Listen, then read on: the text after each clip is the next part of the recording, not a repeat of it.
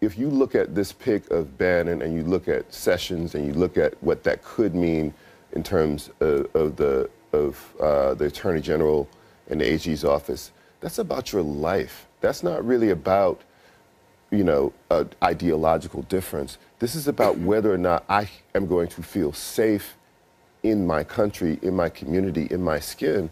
It's about, I'm literally, this is not like an argument to have. I don't sit here and feel like, you know, I'm just having some sort of intellectual exercise. I'm talking about the fact that I have 3 kids walking around this planet, walking around this country. This is about my life. And for me, there is nothing bigger than having a place, being able to lay down at night and feel like they are at home in their own country or not. And I'm increasingly of the mind that maybe they are alien to this administration and this country because of the kind of the attitudes that the people in that administration may have, or that they may be turning a blind eye to people who have even worse attitudes, or coddling people who have even worse attitudes.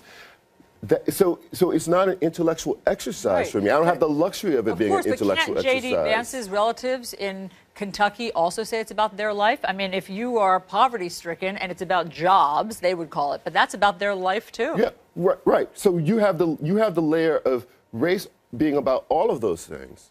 Like there's no way to separate out the pressure, the economic pressures on your life than the physical imminent dangers to I get it. It's just how you define life and what you think is the top priority. I mean, what do your relatives and everybody you know from that Appalachian region think this was all about?